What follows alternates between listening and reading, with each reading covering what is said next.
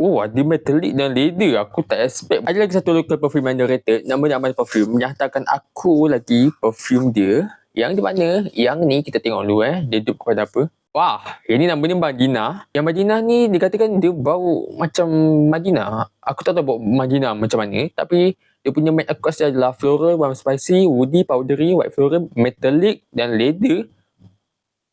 Oh, ada metallic dan leather. Aku tak expect bau Madinah ada metallic dan leather. Bismillah.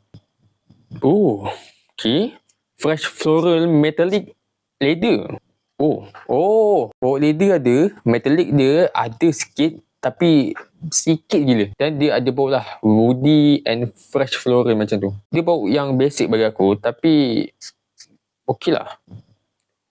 Bau macam apa benda bau tu? Dia bau macam kayu leather. Macam mana lah? Aku lupa lah benda lah tu. Dan bau dia ni bagi aku unisex. Boleh pakai indoor, outdoor tak ada hal. Dia tak cloying. Dan dia punya bau manis ni datang daripada bau white floral. Dan adalah sikit macam bau sabun-sabun tu. Tapi tak terlalu sabun sangat lah bau dia. Sebab dia ada tambahan bau kayu yang membuatkan dia punya bau tu balance antara bau kayu dan juga bau floral tu. Tapi siapa-siapa yang pernah pergi Madinah kan dan tahu bau Madinah dia macam mana, aku rasa korang boleh cuba try bau Madinah daripada Amal Perfume ni. Aku pun tak tahu bau Madinah sebenarnya macam mana.